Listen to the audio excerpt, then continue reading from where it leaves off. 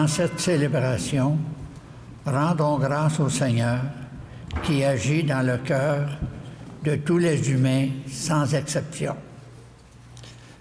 Je vous invite à vous lever.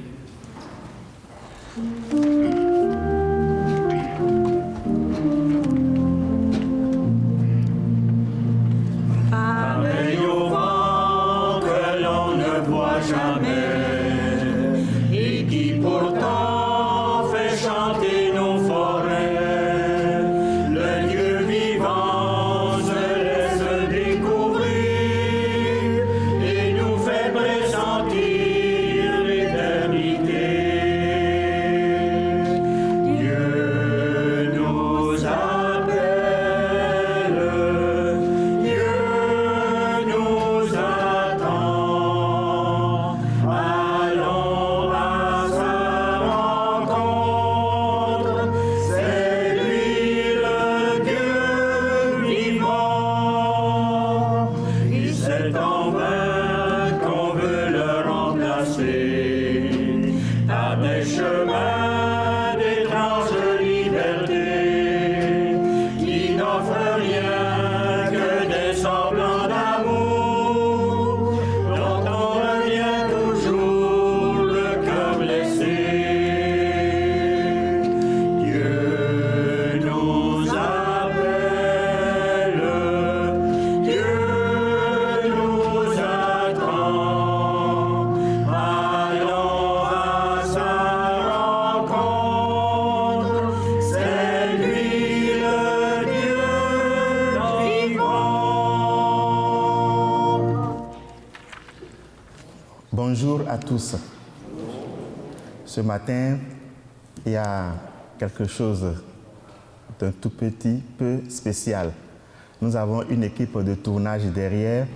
C'est pour faire un documentaire sur un de nos paroissiens, M. André Chaillon, qui, malgré sa simplicité, est devenu une personnalité quand même, un grand bienfaiteur. Alors ceux qui ne souhaitent pas être captés peuvent se rapprocher de l'équipe de tournage. Merci. Au nom du Père et du Fils et du Saint-Esprit, que le Dieu très saint, qui se fait proche des humains en Jésus-Christ, soit toujours avec vous.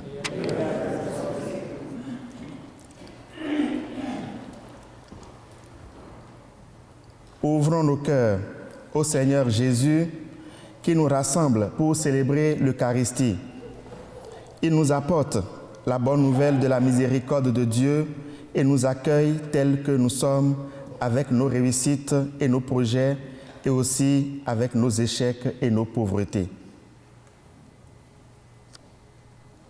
Seigneur Jésus, toi qui es devenu l'un des nôtres pour nous faire connaître le Dieu miséricordieux à l'égard de tous les humains, prends pitié de nous.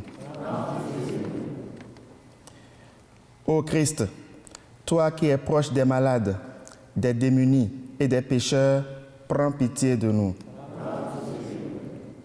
Seigneur, toi qui es le chemin qui conduit vers le royaume de Dieu, ton Père et notre Père, prends pitié de nous. Que le Dieu de tendresse et de pardon nous libère de tout péché et qu'il nous guide jusque dans la vie éternelle. Amen.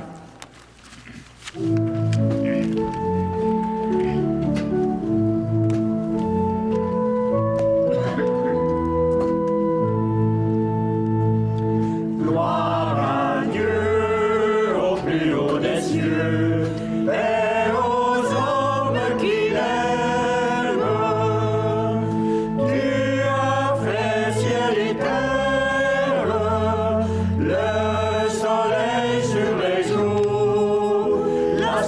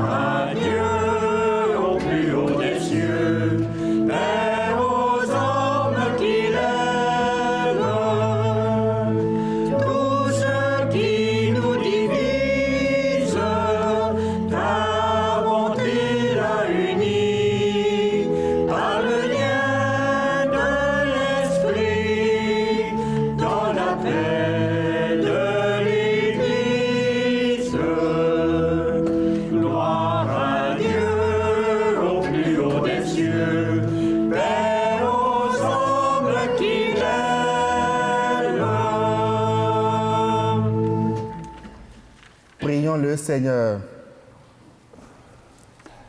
Accorde-nous, Seigneur, de pouvoir t'adorer sans partage et d'avoir pour toute personne humaine une vraie charité. Par Jésus-Christ, ton Fils, qui vit et règne avec toi et le Saint-Esprit, maintenant et pour les siècles des siècles.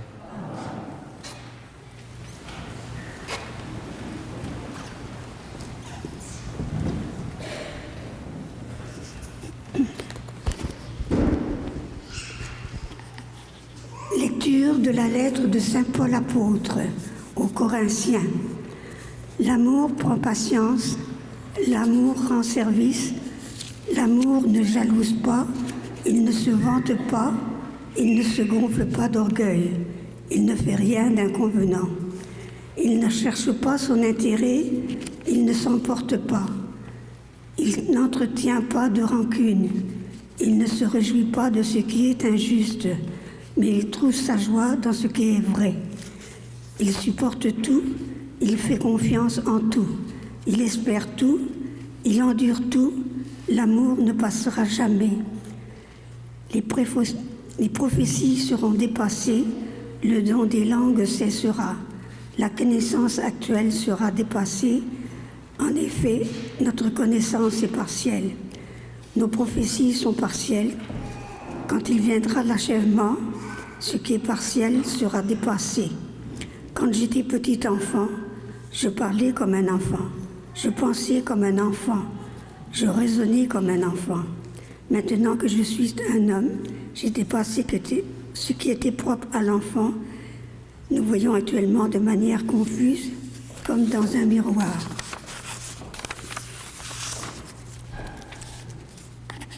Ce jour-là, nous verrons face à face. Actuellement, ma connaissance est partielle.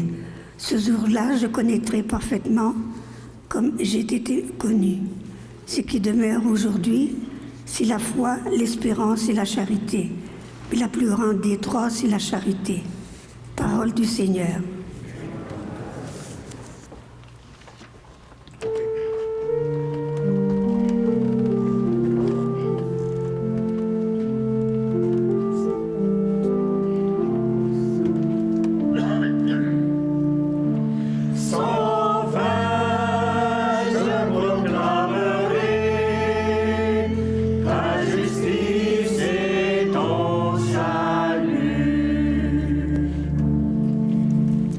Toi, Seigneur, j'ai mon refuge. Garde-moi d'être humilié pour toujours. Dans ta justice, défends-moi, libère-moi. Tends l'oreille vers moi et sauve-moi. Sans fin, je proclamerai ta justice et ton salut. Sois le rocher qui m'accueille, toujours accessible. Tu as résolu de me sauver, ma forteresse et mon roc, c'est toi. Sans fin, je proclamerai ta justice et ton salut. Seigneur mon Dieu, tu es mon espérance, mon appui dès ma jeunesse. Toi, mon soutien dès avant ma naissance, tu m'as choisi dès le ventre de ma mère. Sans toi, je proclamerai ta justice et ton salut. Ma bouche annonce tout le jour tes actes de justice et de salut. Mon Dieu, tu m'as instruit dès ma jeunesse. Jusqu'à présent, j'ai proclamé tes merveilles. Sans toi, je proclamerai ta justice et ton salut. Lecture du livre du prophète Jérémie. Au temps de Joshua, la parole du Seigneur me fut adressée avant même de te façonner dans le sein de ta mère. Je te connaissais avant que tu viennes au monde, avant que tu viennes au jour. Je t'ai consacré. J'ai fait de toi un prophète pour les nations. Toi, mets ta ceinture pour des reins et lève-toi. On dira entre eux tout ce que je t'ordonnerai.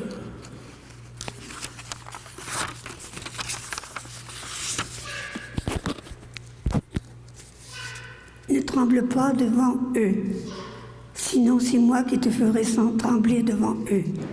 Moi, je fais de toi aujourd'hui une ville fortifiée, une colonne de fer, un rempart de bronze, pour faire face à tout le pays, au roi de Juda et de ses princes, de ses prêtres et tout le peuple du pays.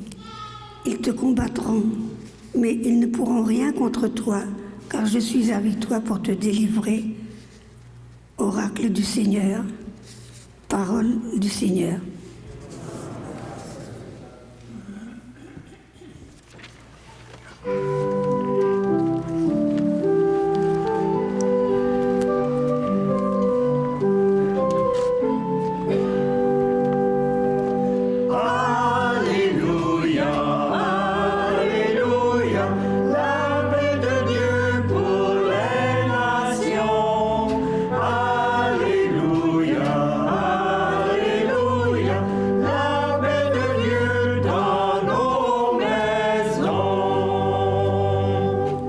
Le Seigneur m'a envoyé porter la bonne nouvelle aux pauvres, annoncer aux captifs leur libération. Alléluia, Alléluia, la paix de Dieu pour les nations. Alléluia, Alléluia, la paix de Dieu dans nos maisons. Le Seigneur soit avec vous. Évangile de Jésus-Christ selon saint Luc.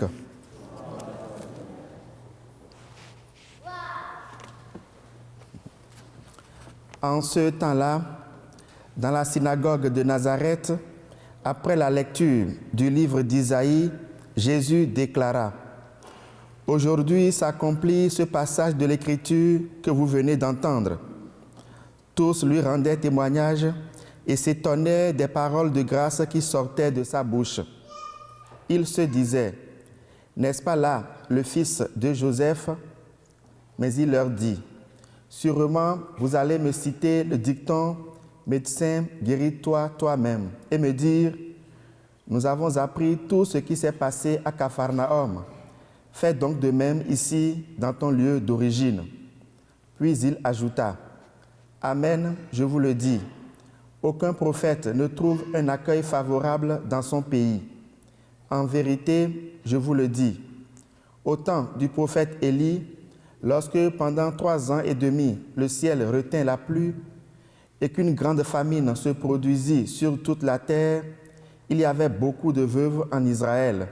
Pourtant, Élie ne fut envoyé vers aucune d'entre elles, mais bien dans la ville de Sarepta, au pays de Sidon, chez une veuve étrangère. Au temps du prophète Élisée, il y avait beaucoup de lépreux en Israël, et aucun d'eux n'a été purifié, mais bien Naaman le Syrien. » À ces mots, dans la synagogue, tous devinrent furieux. Ils se levèrent, poussèrent Jésus hors de la ville et le menèrent jusqu'à un escarpement de la colline où leur ville est construite, pour le précipiter en bas. Mais lui, passant au milieu d'eux, allait son chemin. Acclamons la parole de Dieu.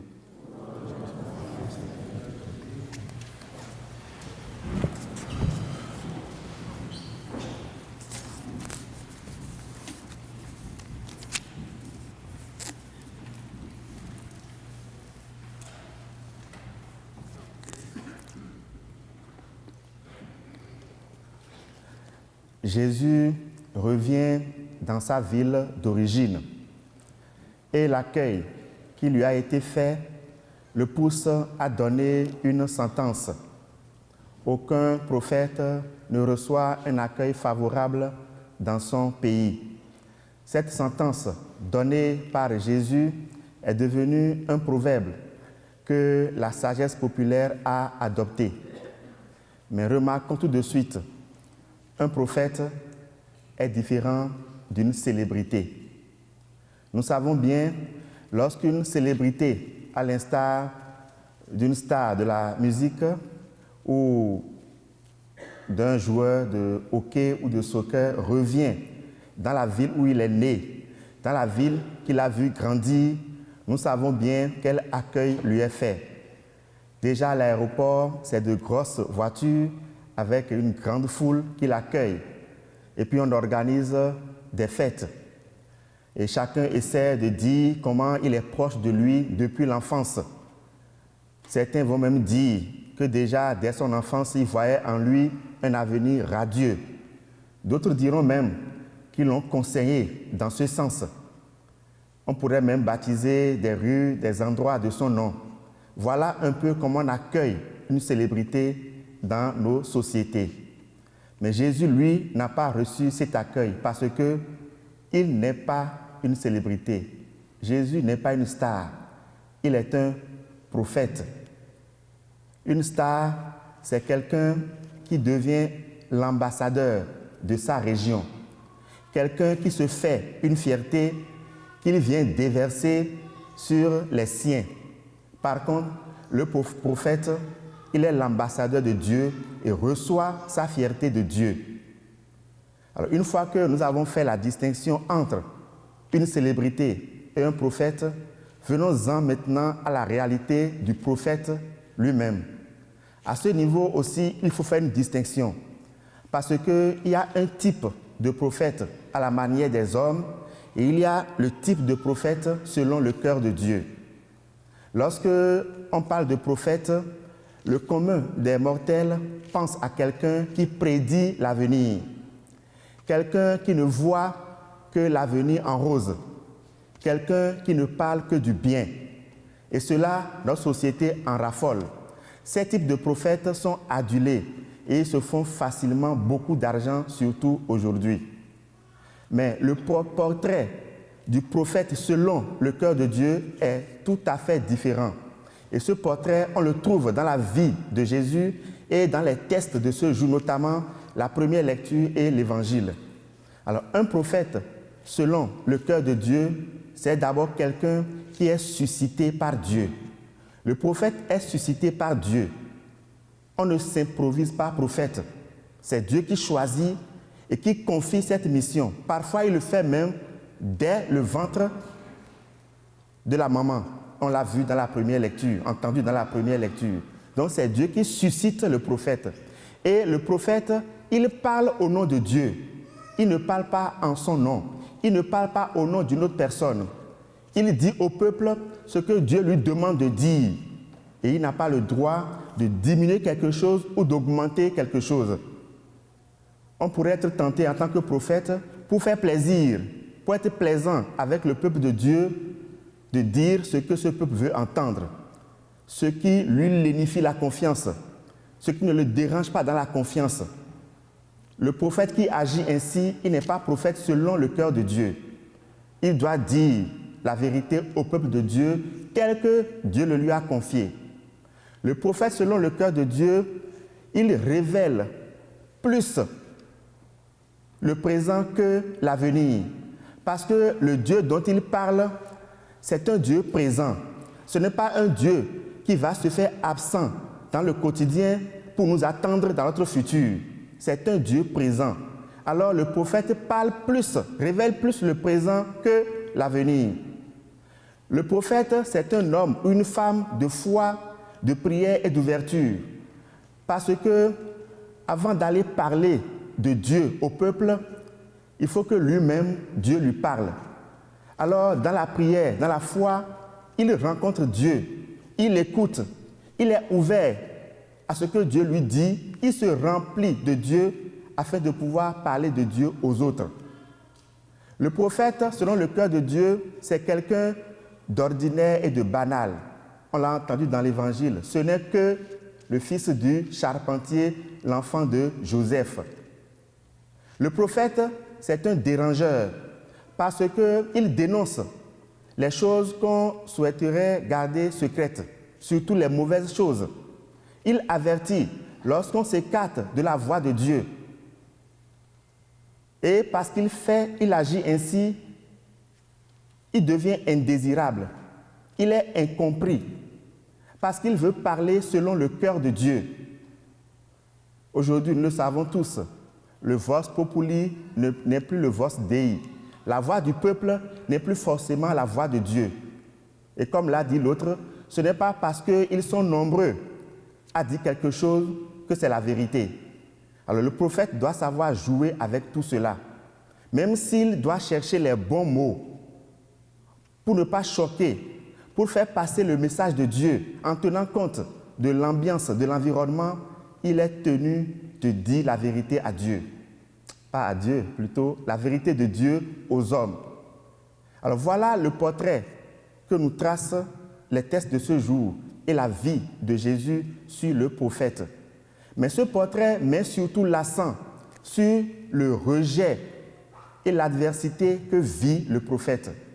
Aujourd'hui, lorsqu'on parle de prophète, nous chrétiens, nous pensons tout de suite aux évêques et aux prêtres. Ce n'est pas faux. De par leur ordination, ils sont prophètes. Et à ce titre, ils vivent le rejet et l'adversité. J'ai entendu, je vais être un peu discret sur l'origine, etc., mais c'est un fait vrai. Alors, un groupe d'évêques s'est rendu dans un restaurant. Je vais taire le nom de la ville que vous connaissez très bien. Ils ont fait une réunion et après la réunion, ils se sont rendus dans un restaurant pour partager un repas. Ils étaient habillés de façon à ce qu'on puisse les reconnaître comme évêques. Donc, ils avaient leur clergyman et leur croix. Alors, quand ils étaient assis, c'était un samedi soir, il me semble, il y avait beaucoup de familles dans le restaurant, donc beaucoup d'enfants qui circulaient, qui couraient. Alors, une dame s'est levée et s'est mise au milieu du restaurant et s'est mise à parler à tout le monde. Ils sont là. Prenez soin de vos enfants. Empêchez-les de circuler parce qu'ils sont parmi nous. À qui peut comprendre, peu de mots suffisent. Vous comprenez ce qu'on veut dire, c'est-à-dire les mangeurs des enfants sont là, prêtres pédophiles. Alors, prenez soin de vos enfants parce qu'ils sont parmi nous. Vous voyez, c'est une sorte de rejet et d'adversité. Mais ce n'est pas seulement les prêtres et les évêques qui vivent le rejet et l'adversité à cause de leur foi. Et la pédophilie ne constitue pas la seule raison de rejet de la foi. Tout baptisé est prophète et à ce titre vit également le rejet et l'adversité. Je ne vous apprends rien. Chacun de nous, à un niveau ou à un autre, vit le rejet, vit l'adversité parce qu'il est chrétien, parce qu'il confesse le nom de Jésus. Il y a une grand-mère qui a raconté son expérience de rejet et d'adversité dans sa propre famille. Sa fille l'a surprise en train d'apprendre à son petit-fils à faire le signe de la croix. Alors la fille est rentrée dans une vive colère et a proprement réprimandé sa mère. Alors la mère s'est confiée après à une de ses amies pour dire « Moi, je n'ose même pas parler de religion à mes petits-enfants. Sinon, ma fille va se fâcher et je risque de ne plus les revoir. » Voilà une grand-mère qui vit l'adversité, le rejet à cause de sa foi. Peut-être qu'il y en a parmi vous qui vivent la même chose. Ça fait partie de notre vie de prophète. Alors aujourd'hui, ce qui est intéressant, c'est que Dieu, par la bouche de son prophète Paul, donc dans la deuxième lecture, nous donne l'arme pour nous défendre et pour nous protéger contre le rejet et l'adversité. Cette arme, c'est l'amour. Lorsque nous vivons d'amour, nous avons la force, la capacité de faire face au rejet et aux adversités de notre foi. Alors demandons à Dieu de faire grandir en nous l'amour, puisque seul l'amour nous permet de vivre heureux dans ce monde en étant chrétiens. Alors prions les uns pour les autres et laissons Dieu nous visiter. Laissons-le faire grandir en nous l'amour, car c'est notre seule voie de salut. Le Seigneur soit avec vous.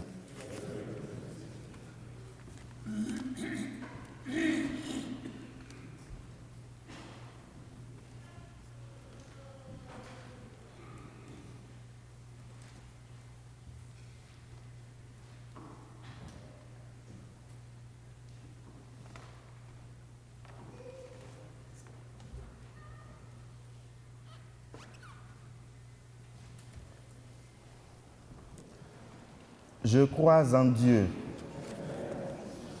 Créateur du ciel et de la terre, et en Jésus-Christ, son Fils unique, notre Seigneur, qui a été conçu du Saint-Esprit, est né de la Vierge Marie, a souffert sous Ponce Pilate, a été crucifié, est mort, a été enseveli, est descendu aux enfers, le troisième jour est ressuscité des morts, est monté aux cieux, est assis à la droite de Dieu le Père Tout-Puissant, d'où il viendra juger les vivants et les morts.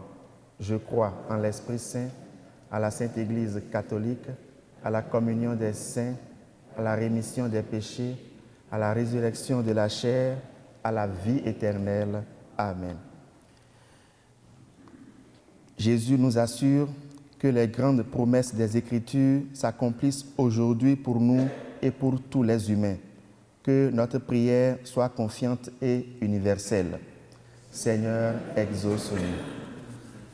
Pour que se lèvent les prophètes dont l'Église et la société ont besoin, ensemble, prions. Seigneur, exauce-nous.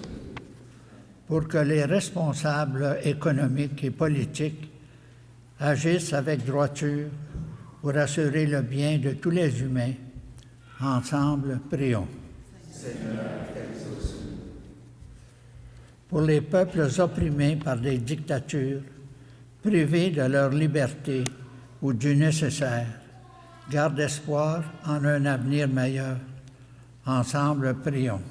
Seigneur, exauce-nous.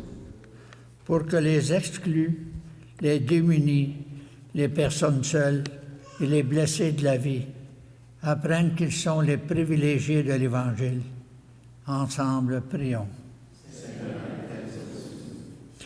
Pour notre communauté, pour que notre communauté soit toujours plus accueillante et plus ouverte pour vivre une authentique charité. Ensemble, prions. Dieu, notre Père, exauce nos demandes et comble tous les humains de tes dons et de ton amour que tu as manifesté en Jésus, bonne nouvelle pour aujourd'hui et pour les siècles des siècles. Amen.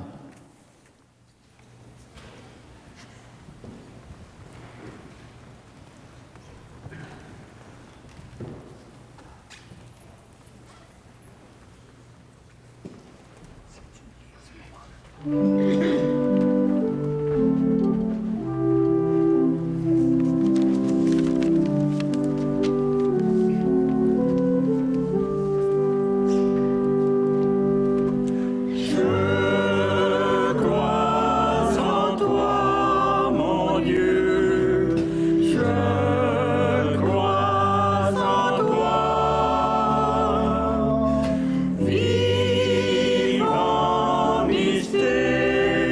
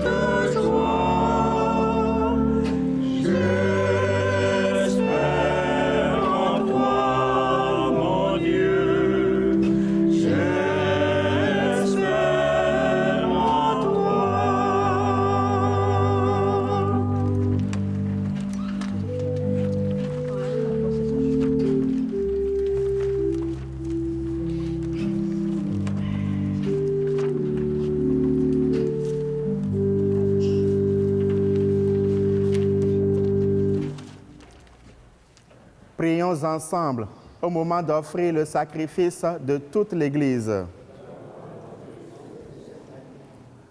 Pour te servir, Seigneur, nous déposons nos offrandes sur ton autel. Accueille-les avec indulgence pour qu'elles deviennent le sacrement de notre salut par Jésus le Christ, notre Seigneur. Le Seigneur soit avec vous. Élevons notre cœur. Rendons grâce au Seigneur notre Dieu. Vraiment, il est juste et bon de te rendre gloire, de t'offrir notre action de grâce, toujours et en tout lieu, à toi, Père très saint, Dieu éternel et tout-puissant, par le Christ notre Seigneur. Dans le mystère de sa Pâque, il a fait une œuvre merveilleuse, car nous étions esclaves de la mort et du péché, et nous sommes appelés à partager sa gloire. Nous portons désormais ses noms glorieux, nation sainte, peuple racheté, race choisie, sacerdoce royal. Nous pouvons annoncer au monde les merveilles que tu as accomplies, toi qui nous fais passer des ténèbres à ton admirable lumière. C'est pourquoi, avec les anges et les archanges, avec les puissances dans tous les esprits bienheureux, nous chantons l'hymne de ta gloire et sans fin nous proclamons.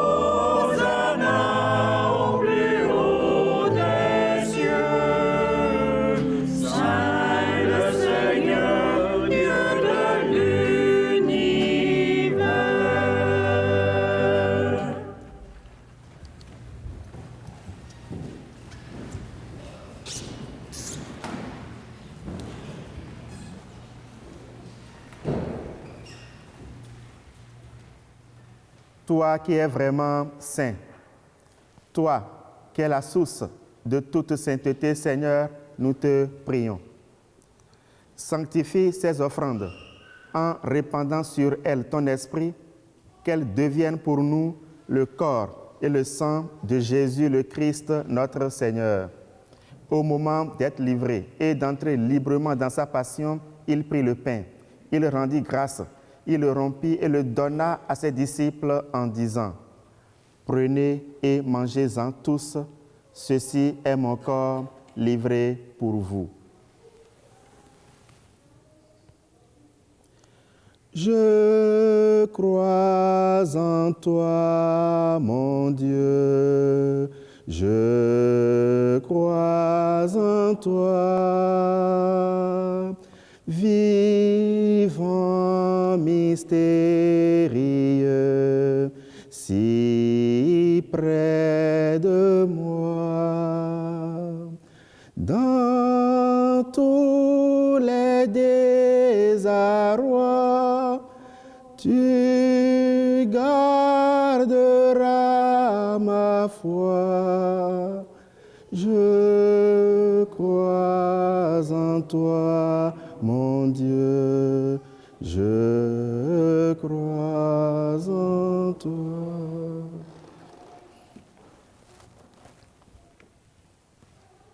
De même, à la fin du repas, il prit la coupe. De nouveau, il rendit grâce et la donna à ses disciples en disant : « Prenez et buvez-en tous, car ceci est la coupe de mon sang, le sang de l'alliance nouvelle éternelle, qui sera versé pour vous et pour la multitude en rémission des péchés. Vous ferez cela en mémoire de moi. » J'espère en toi, mon Dieu. J'espère en toi. Ta main du haut des cieux prend soin de moi. Quand sous les forges ploie, quand sombre toute joie, j'espère en toi, mon Dieu, j'espère en toi.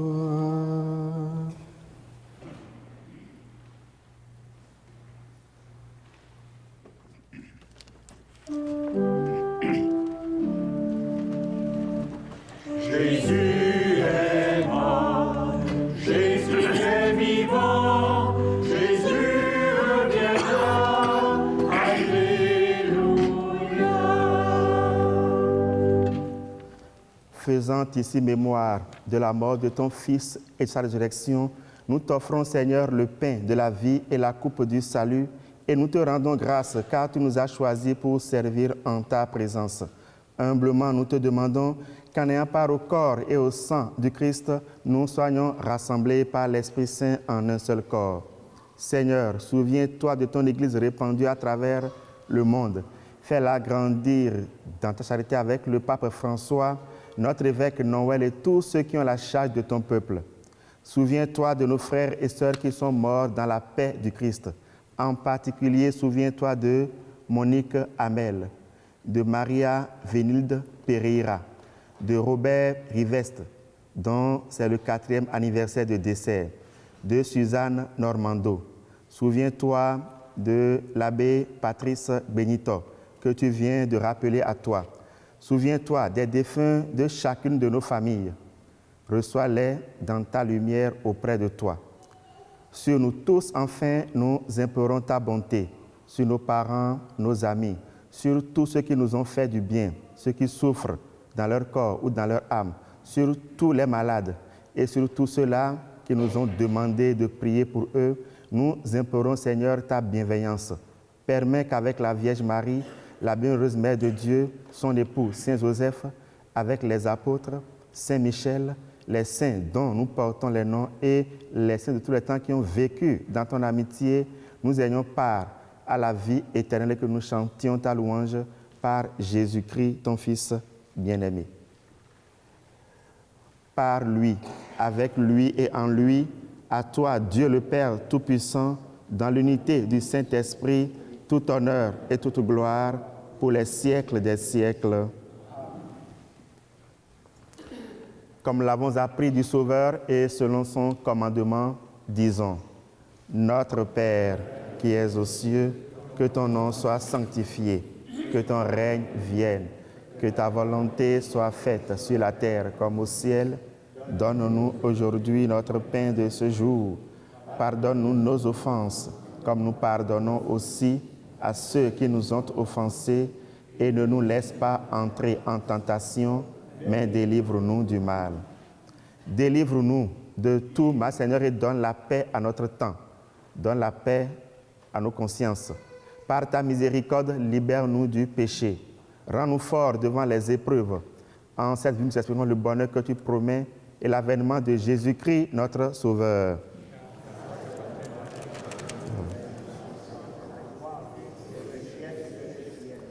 Seigneur Jésus-Christ, tu as dit à tes apôtres: je vous laisse la paix, je vous donne ma paix. Ne regarde pas nos péchés, mais la foi de ton Église. Pour que ta volonté s'accomplisse, donne-lui toujours cette paix et conduis-la vers l'unité parfaite, toi qui règnes pour les siècles des siècles. Que la paix du Seigneur soit toujours avec vous. Dans la charité du Christ, donnons-nous un signe de paix.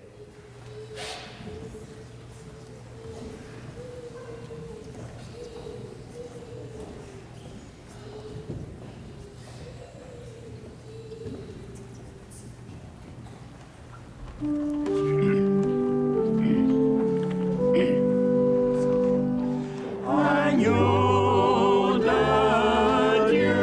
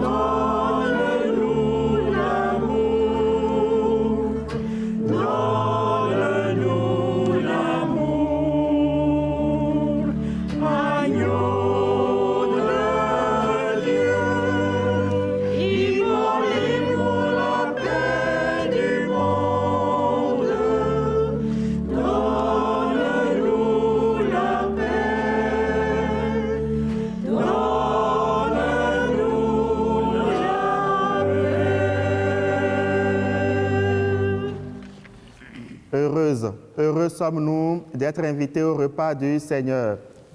Voici l'agneau de Dieu, celui qui enlève le péché du monde. Je ne suis pas digne de te recevoir, mais dis seulement une parole et je serai guéri. Le corps et le sang du Christ nous gardent pour la vie éternelle. Amen.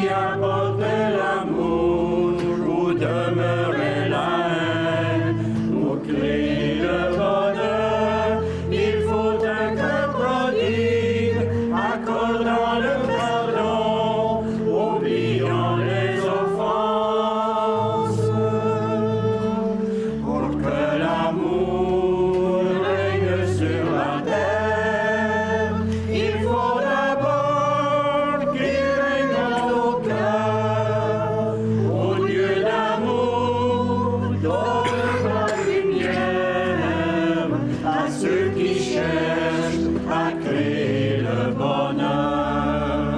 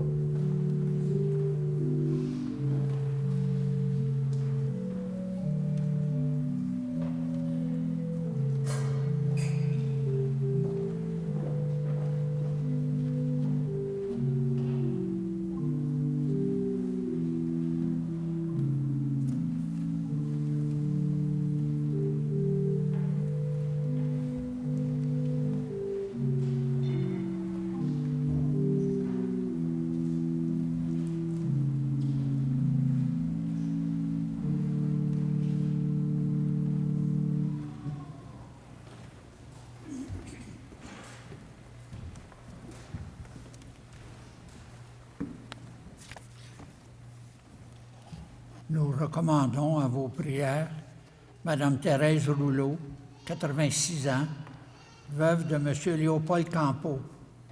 Les funérailles seront célébrées le 9 février en l'église Saint-Michel à 14 heures. Il y aura temps d'accueil à partir de 13 heures. M. Roland Oerling, 86 ans, veuve de Mme Nadia Vert. Les funérailles seront célébrées le 5 février en l'église Saint-Michel à 13 heures. Aussi, M. Jean-Guy Laberge, 88 ans, veuve de Mme Laurence Pellado. M. Laberge a été très impliqué au sein des cursios du diocèse. Les funérailles ont été célébrées le 2 février. Maintenant, 2 membres du groupe Alpha de l'Ordre des Ormeaux vont venir présenter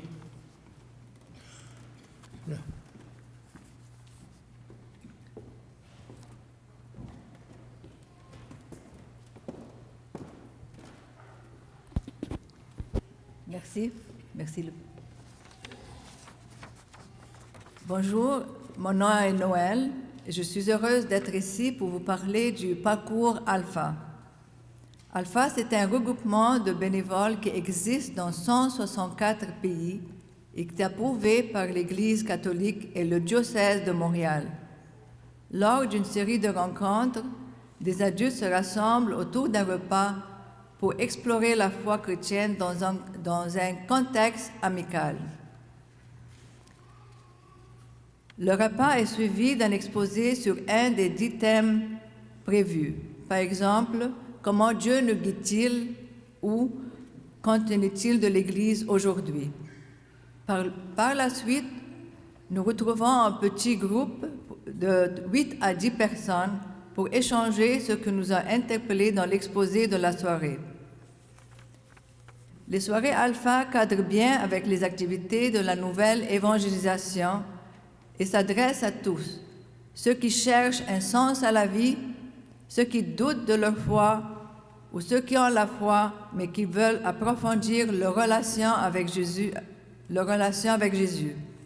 En résumé, tout le monde peut grandir de l'expérience Alpha. Je vous invite donc à la soirée d'information qui commence le 8 février à 18h30 à l'église Saint-Luc de l'Ordre des Ormeaux. Vous trouverez à la sortie de l'église des dépliants qui expliquent la démarche Alpha. Je laisse la parole à Marie qui va témoigner comment le parcours Alpha lui a permis d'approfondir sa relation avec Jésus et a donné un nouveau sens à sa vie. Merci beaucoup pour votre accueil.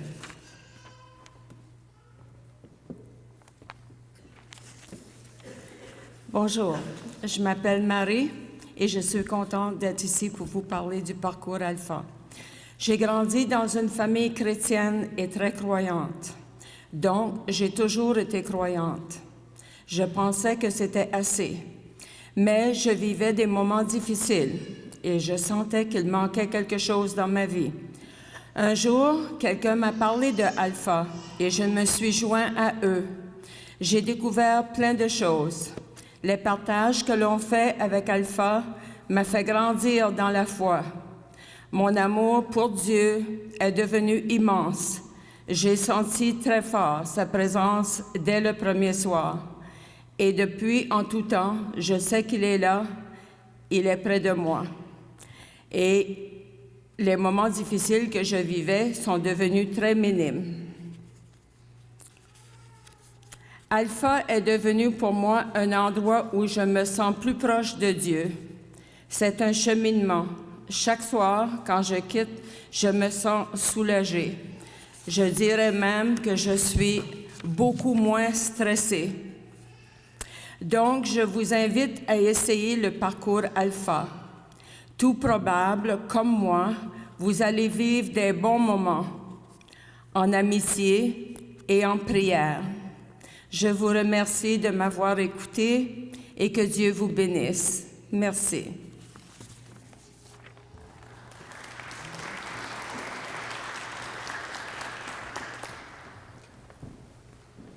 Merci. Prions encore le Seigneur. Nous avons été fortifiés, Seigneur, par le sacrement de notre rédemption. Permets que cet aliment de salut éternel nous fasse progresser dans la vraie foi par Jésus le Christ, notre Seigneur. Tout à l'heure, à 1h30 et à 3h30, 54 de nos adolescents vont recevoir le sacrement de la confirmation des mains de Monseigneur Jean-Louis Plouffe. Il est évêque émérite du diocèse de Sault-Sainte-Marie. Alors je voudrais demander à la communauté d'accompagner ces jeunes de votre prière. Le lundi soir, moi aussi je vais voyager. Je vais en Afrique pour une série de conférences pour une dizaine de jours. Je ne vais pas à Rome comme certains ont eu à me le dire hier. La conférence de Rome, le sommet de Rome, c'est du 21 au 24 février. Moi, je vais en Afrique pour des conférences qui préparent au sommet de Rome en février, le 21 et 24 février. Alors, d'ici 12 jours, je serai de retour. Le Seigneur soit avec vous. Que Dieu Tout-Puissant vous bénisse, le Père, le Fils et le Saint-Esprit. Allez dans la paix du Christ. Bon dimanche à tous. Merci.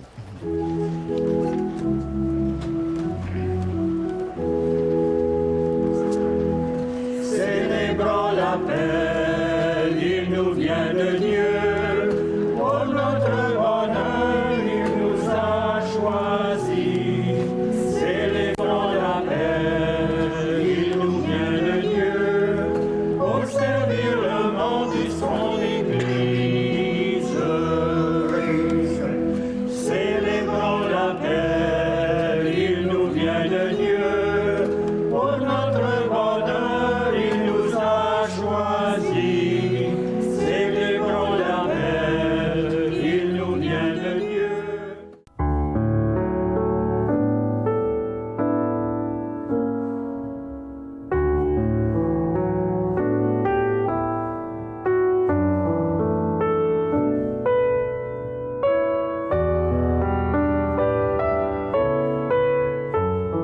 Alors, Philippe Liébert est un maître au Québec pour les sculptures. C'est un des plus grands. C'est d'ailleurs le professeur de plein de sculpteurs qui l'ont suivi. Alors, Liébert a fait plusieurs églises au Québec, mais ici, à Saint-Michel, nous conservons la plus grande intégrale de lui.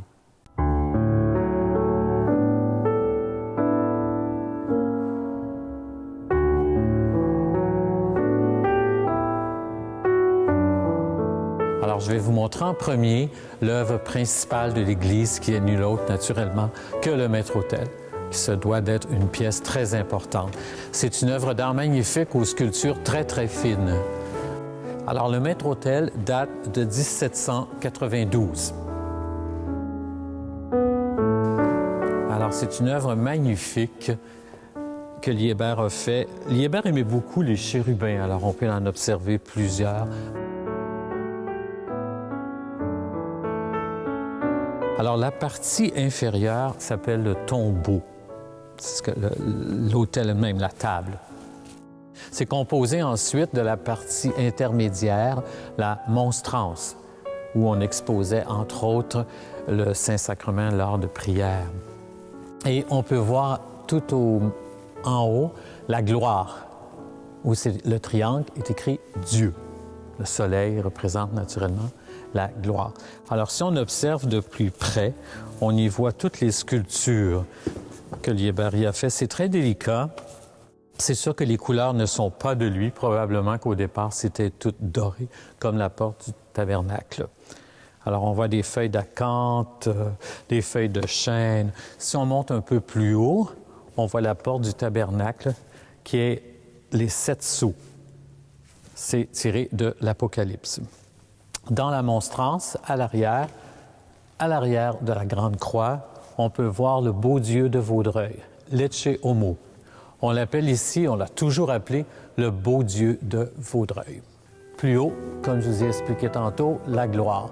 Les triangles représentent naturellement la très sainte Trinité.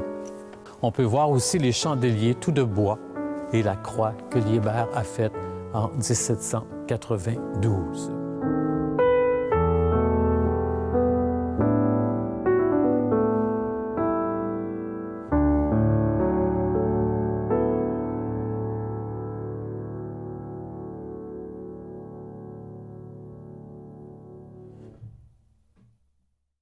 Alors, Liébert a aussi sculpté cette œuvre majeure qui a servi comme modèle à travers tout le Québec. C'est le chandelier pascal. Le chandelier pascal, il représente la lumière du Christ. Alors, on l'utilisait beaucoup aux périodes importantes de la vie d'un fidèle, c'est-à-dire à son baptême, on pouvait l'utiliser, aussi au décès. On place encore le cierge pascal.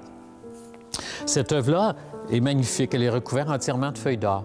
Et sur la base, on peut y voir un petit médaillon de Saint-Michel.